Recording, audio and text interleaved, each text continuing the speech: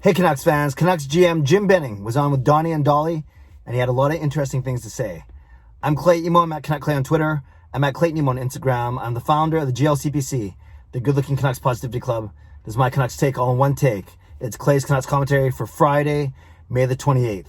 This is where you get Canucks insight that's positive and timely. Shout out to my Hall of Fame members, Jens95, Simalexander, Just Incredible, nucksfan number 29, Lucas Gates, Chris Seifried, Adam Broomfield, Shea Family Channel, and Jamie Sports Talk and more. Thanks for your support as always. And thanks to the support of all members of all levels. You're listed in my video description. Appreciate all of you. If you want to become a member of the CCC Crew, press the join button underneath this or any of my videos or on the memberships tab on my YouTube channel. I want to also thank everyone who joined me for my post-game, why did I keep saying post-game live stream? It wasn't a Canucks post-game live stream. My live stream last night at 10 p.m., a good-sized crowd, a lot of great discussion. Went for, I think, an hour and 10 minutes last night. So going to try and do those twice a week, Sunday nights and Thursday nights.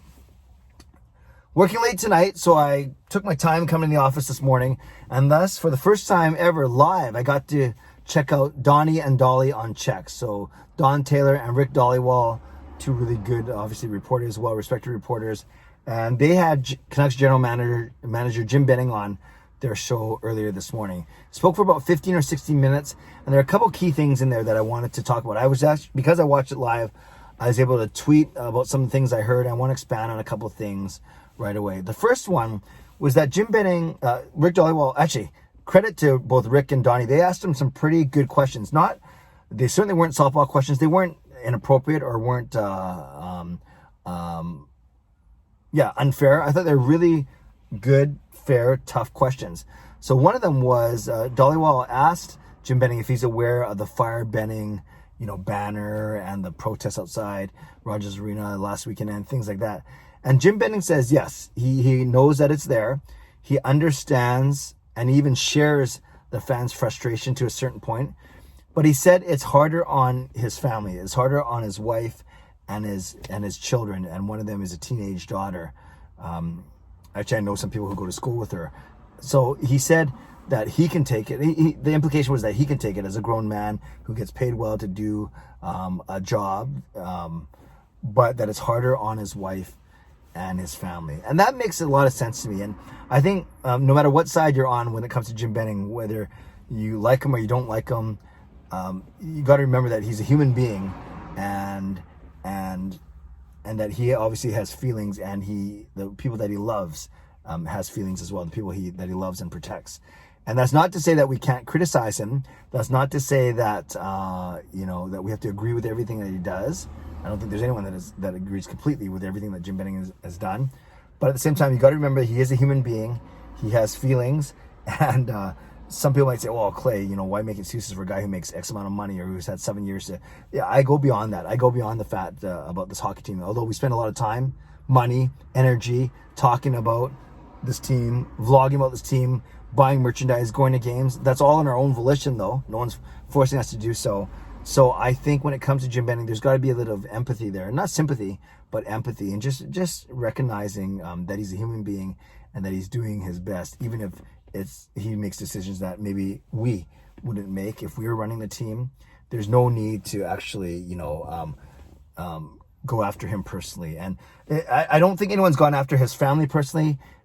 But it's the way, I guess, that the family is privy to information on social media or in the media about things being said about Jim. So that was interesting. I'm glad Rick asked it, and I'm glad that Jim addressed it so so matter-of-factly. I thought that was refreshing to hear. Actually, I thought Jim Benning's whole appearance was quite refreshing. So that's the first thing. Another thing that was interesting was Ian Clark. Jim Benning was very confident sounding when they asked about Ian Clark, what's the status? He says, we are going to work something out, was his exact words. We are going to work something out. So to me, that sounds pretty confident. And others like Thomas Drance and Kevin Woodley, people who are really respected, especially here locally, they're kind of hinting the same thing, that they've been hearing that a deal may be close, and that, almost applauding the Canucks for not, giving in and for standing firm, but still negotiating in really good faith. So obviously, despite who I'm related to and the fact that I think my cousin Dusty would be a really good replacement, you still can't replace the one and only Ian Clark. So it sounds like that Ian Clark will be returning to the Canucks soon, and they got to make that announcement. Speaking of announcements, he referenced the Sedins, says they probably will announce something within the next 2 weeks. Interesting. Also talked about Vasily Podkolzin, our rookie for next year. I think they have to file the contract with the league by June the 1st. That's what Jim Benning said, his first pro contract. So you can be sure that once they do that by June 1st, they will also announce formally that contract. And June 1st is only like 3 days away from now, so I'm not sure if they're going to do it by 4 days from now. If they do it by Tuesday or not, we'll see, because we know Podkolzin is playing in the World Championships right now. So that's something that we might expect over the next few days as well. Two other things. Talked about Ole Juolevi and the up and down season that Ole Juolevi had, and said that Juolevi was going to fight for a spot next year, that he was one of the hardest hit by the P1 variant, the COVID, losing 10 to 15 pounds and getting really sick. So he wasn't excusing Juolevi, but he was, again, speaking matter-of-factly, as Jim Benning always does, saying that was a factor towards his poor play when he came back from the break. So that was interesting to hear. And speaking of defensemen, one thing I did like what he talked about too was Nate Schmidt. He said that as part of the player interviews this week, that Nate Schmidt gave no indication that he wants to leave Vancouver, and that both Schmidt and Benning are not sure, just like with JT Miller, they're not sure where the rumors started that Miller and or Schmidt wanted out of Vancouver. So Benning said that Schmidt denied that he wants to play in Vancouver, and that's nice to hear. So maybe we can put those rumors to bed, the JT Miller rumors and the Nate Schmidt rumors. So then you got to wonder which, how those rumors started, and is there another veteran that people are speculating about. So that's another thing to look for. So I think those are some of the main things that came out. Is Jim Benning acknowledged the discontent in the fan base. He talked about Ian Clark, how close they're to signing Ian Clark. Talked about the Sedins, talked about Podkolzin, talked about Juolevi, talked about Schmidt. One funny part where Rick Dhaliwal said to Jim, "I don't think you like me because all the players I like, you don't want to resign." And he referenced Nikita Tramkin and Nikolai Godolbin, to which Jim Benning says, "Rick, I like you, but I've never met you." So I thought I only listened to you on the radio, so I thought that was pretty funny. Just, I don't think Jim Benning was trying to be intentionally funny. I thought there was a fun little exchange there. And then lastly, as Jim Benning talked about in his media availability last Friday, he did say he wasn't making excuses for the year, but he said it was a very tough year between the COVID break and the early schedule.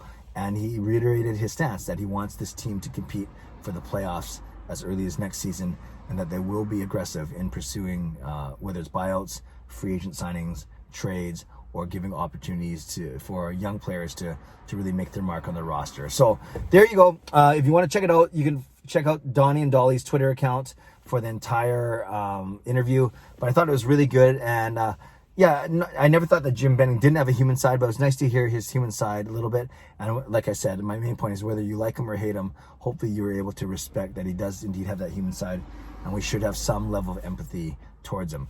Canucks fans, leave a comment below. Am I being too soft? Am I being too whatever? Or do you think that he's had a rough go here and maybe even unfairly by some people? Would love to know your thoughts. Leave a comment below. I'd love to read, react, and reply as always. Subscribe if you'd like to. Like this video if you'd like to. Become a member of this channel if you'd like to.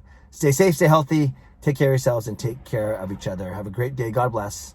And go Canucks go.